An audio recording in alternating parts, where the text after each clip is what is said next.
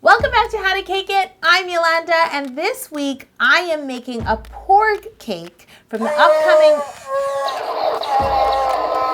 Listen, Chewy, I know I could have made you, but quite frankly, you're way too hairy. From the upcoming Star Wars The Last Jedi movie. Thank you to Disney Studios Canada for collaborating with me on this video. Star Wars The Last Jedi is in theaters December 15th.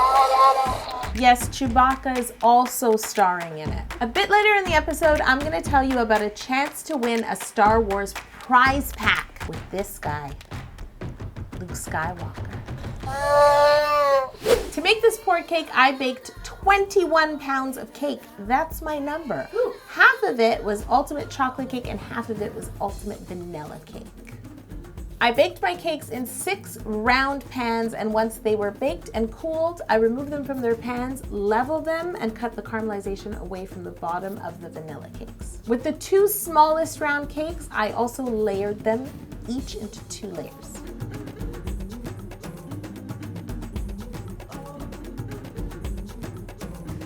It's time for me to simple syrup these cakes, and so I'm bringing in my own Jedi, Sir Squeeze-a-Lot.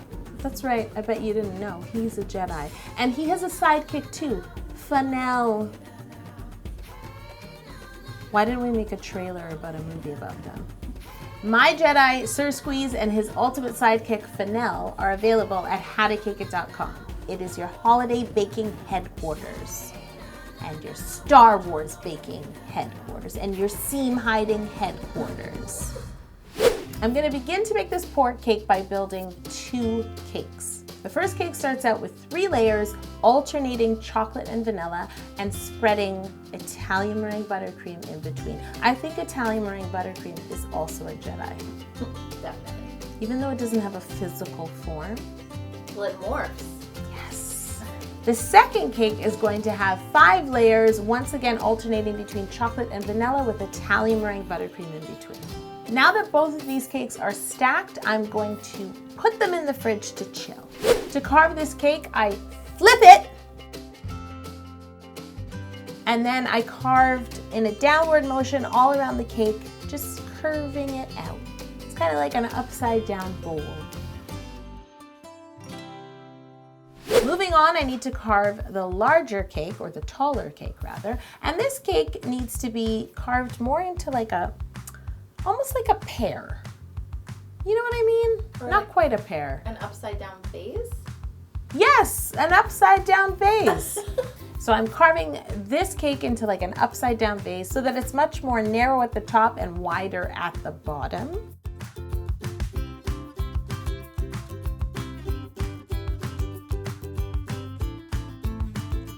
And now it's time to stack and dowel these cakes one on top of the other. I want this cake to be more narrow at the top because this is his neck, and wider at the bottom, which will be his tummy. First, I turn my upside down bowl right side up. I make sure it's nice and level, and then I insert dowels in a circular formation and put a board on top. This board has been cut to the exact diameter of the width of this cake. To secure the board in place, I first spread a thin layer of ganache on the cake, then the board, and then again on top of the board. Now I can add my taller cake, which is an upside down base, but I'm leaving it in that direction so that the widest part is at the bottom. And now the cake looks like a pear, more like a pear. Once my cake is put together, I have a look, and I do a little carving touch up here and there until I'm happy. There are no headless porgs. Thank God. At least I hope not. I haven't seen the movie yet. To make the head of this porg, I am using Sculpting Rice Krispies. So I just melt some marshmallows, stir them into Rice Krispies, and then I can use it like a pliable mixture to sculpt and shape anything I want. Today, it's a porg's head. Making sure especially that the bottom of his head is the same diameter as his neck. Because you don't want like a puny head. Hi, I'm a porg! And you don't want a head that's like way too big. Yeah, it has like a bit of an underbite. And then its head at the back is not super round. Jeremy, did you capture what I'm trying to say? Good. While I was making this cake, I was reminded of my Olaf cake because I made him in a similar way with a cake body and a Rice Krispie head. And the good news is we just made an Olaf step-by-step video over on our second channel, How to Cake It Step by Step. Time to attach my head. Once again, I insert dowels down into the cake, and then I place a cake board that is the exact diameter of the neck in between, securing it with chocolate ganache. And then I rest my head on top. Your head or the porg's The head? porg's head. Very important. I just made a cake and I was like, ah. It is now time to crumb coat and chill. Do the Star Wars music, everybody. What is it? Oh boy. Isn't it? Dun, Dun, dun, dun, dun, Oh, yeah. dun, dun, dun, dun, dun. Keep going, Cody. You have to build me Oh, I was hoping I up. did some Okay, go, go. encouragement. I don't know. Go. Dun, dun, dun, dun, dun. Dun, dun, dun, dun, dun, dun. Please leave a comment below if you thought that was the worst rendition ever of the Star Wars song. And share this video with others who will agree with you, which is everyone. Once my crumb coat is chilled, I am going to move this entire cake to a sturdier cake board that I have prepared and place a thick dowel through the entire thing. Then what happened, Yolanda? I'm gonna tell you. After I moved the porg cake to the prepared board and placed the dowel in, I decided that he looked a bit too tall. I really didn't want to decide that. I really didn't. I talked it over with Jeremy. He agreed. So once I had the head on and I looked at his overall figure, I was like, I don't think porgs are this tall. So I had to use 2 spatulas to raise the head off. And then I cut a layer of cake away from his neck and then just resculpted a bit to get it back to the same diameter. And then I placed everything back. Crisis averted. See? Good job. Yeah. Amazing. See, when you explain it, it takes 30 seconds. But when you do it, it doesn't. It is time to ice and chill this porg. Song? Star Wars? Ding. No? Okay. There are lifesavers and then there are lightsabers. You know what was my lightsaber in this episode, Jocelyn? What? My small offset spatula. It won't help you if there's a villain around. However, if you have a sculpted cake, it's perfect for getting in all the grooves. I had to sometimes ice overhand, ice underhand, spin the lazy Susan, underhand. I'm like, Jeremy, that side, Jeremy, that side. It was action. A porg is pretty much white on the front and then sort of gray on the back and on his head with a little bit of rust over his eyes. So I'm starting with the white front of his body. I roll out some white fondant, large enough to cover that area, place it up against the cake and smooth it on. And then I had made myself a little template out of paper. Surprise! So I held my template up against the cake and just trimmed away the excess fondant. Now I need to texture this fondant immediately because a porg looks like it's furry and cuddly. In order to apply that fuzzy texture, I need to do it while the fondant is still soft. So in this case, you do not want to put your cake in the fridge after fondant. You want to immediately start texturing. I used a sculpting tool as well as a pair of manicure scissors. Is that a first? That's the first on How to Cake It. What? So what I did was I used the sculpting tool to just sort of stroke down the fondant. The next move is to take your manicure scissors. You want to snip into the fondant, creating sort of more of a fuzzy texture. This was tedious, so I went as far as I could down, holding my scissors upright and snipping, and then I had to turn over and do it upside down. So smart, Yolanda. I'm having trouble matching my clicks to my taps. Sounds- It's weird. It sounds like a horse driving. Oh, okay, yeah, I get it. I looked again at my porg picture and I decided I wanted more white on the front. I think it was too narrow. So I roll out more white fondant, cut it in half, and I add another band of fondant to either side of this belly I've created, and once again texture it in the same way. So the good thing about this fuzzy texture is it's really easy to hide seams. What you want to do is pay close attention to where your seams are. So where that new piece of fondant meets the already textured fondant, you want to texture along the seam first.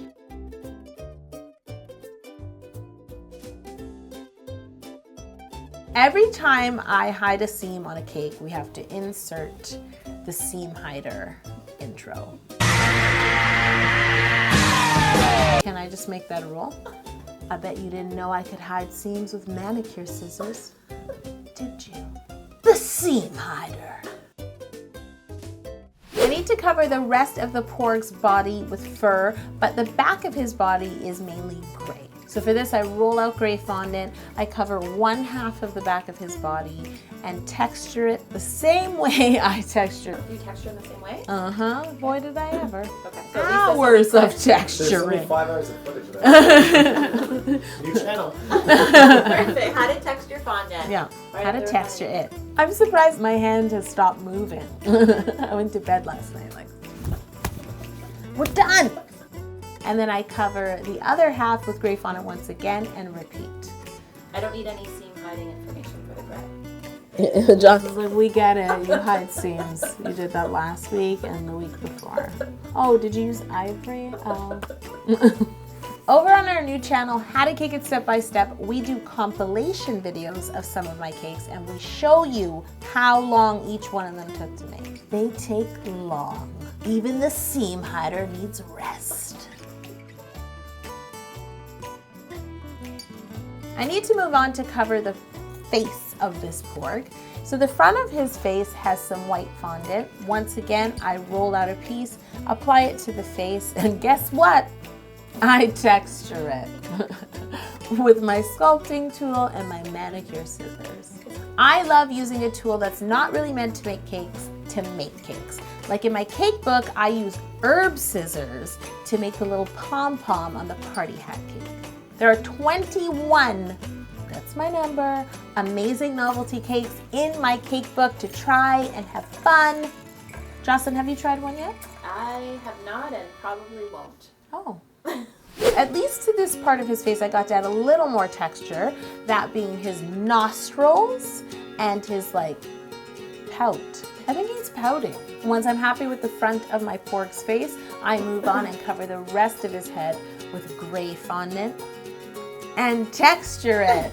Jeremy, was it not riveting? Jeremy.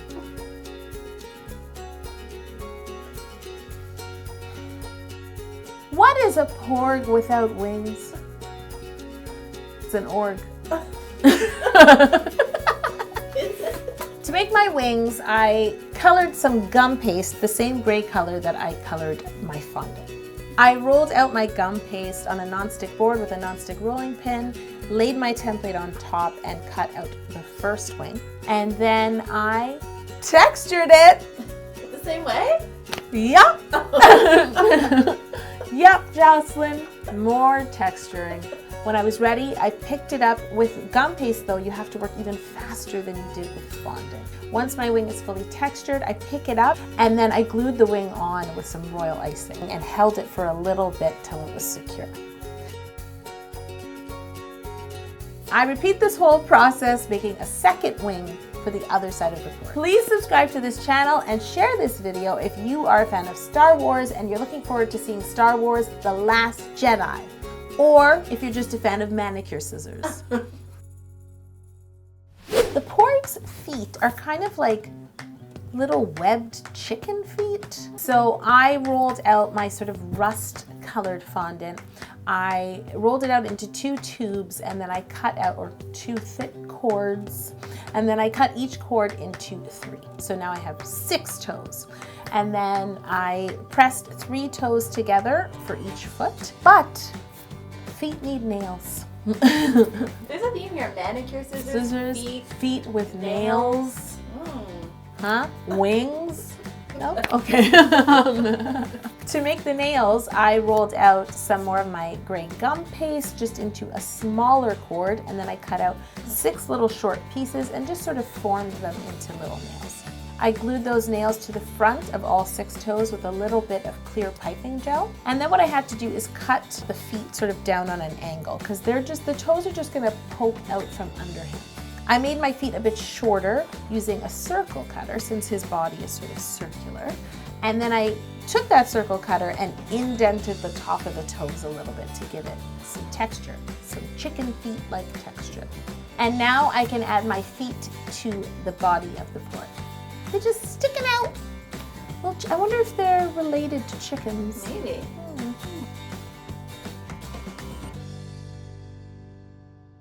After that, I need to add some more gray, because right now we can see the top of the wing. We can see a clean line where I cut the wing, and we don't want to see that. So I'm going to add some pieces of gray fondant on the side of his face over here, going down to the wing, and texture that fondant and try and blend it as well as I can. Yeah, he's kind of necklace, which is why when I first carved him and thought he was too tall, it was more that I thought his neck was too pronounced, because really he's more like this kind of guy. Oh, that's a good one, yo. Just if you could just hold that. Yeah, perfect. Once I'm happy with all of the gray fur, it's time to move on to that beautiful rust color fall fur.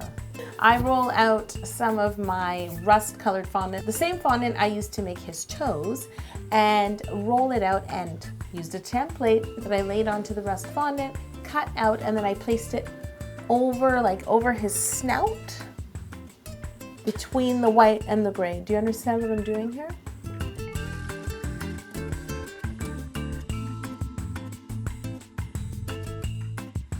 Yes! I'm glad you asked. I did texture that fondant as well.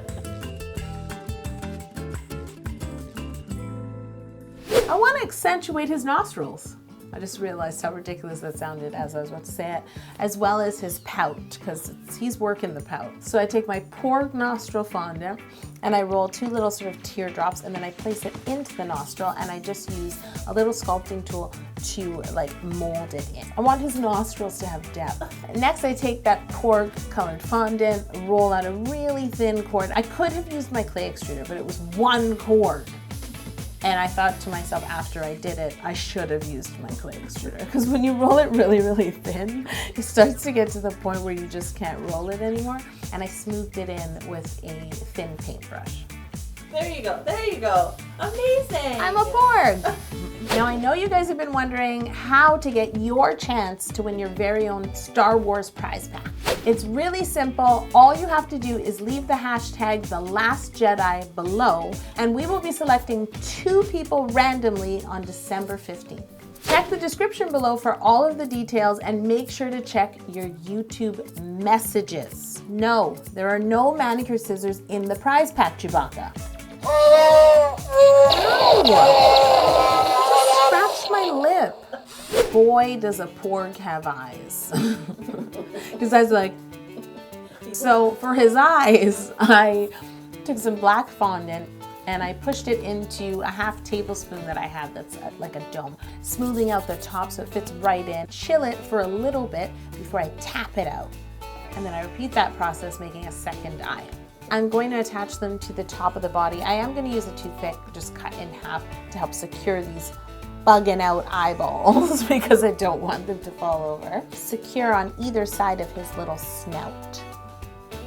It's a snout, right? Not only are his eyeballs pronounced, they're like shiny. He has shiny eyeballs. But yet no pupils really. I know. So what I did is I painted the eyeballs with clear piping gel, and then that way the sheen would catch the light. Hence why they call it a catch light. The light has been caught in his eyes, and now I need to make a little ring of fur around his eyeballs. To create the ring of fur, I roll some white gum paste into 2 cords, and then I textured it. I didn't have to use the sculpting tool. I just used my manicure scissors, just snip the tubes and make them look sort of frayed. Then I picked them up, and because the piping gel is still wet on my eyeballs, I just glued it in a ring around and cut away the excess. I can't cut this porg cake because we are taking it to the movie premiere of Star Wars The Last Jedi. And I'm gonna cut it there. I kissed a porg and I liked it. Thank you again to Disney Studios Canada for collaborating with me on this video, and definitely check out Star Wars The Last Jedi on December 15th.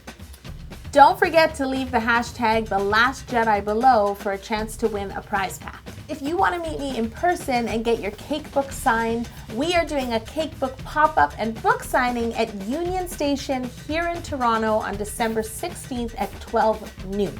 I hope to see you there. For my character cakes compilation video, click here, and for my gingerbread house cake tutorial, click here.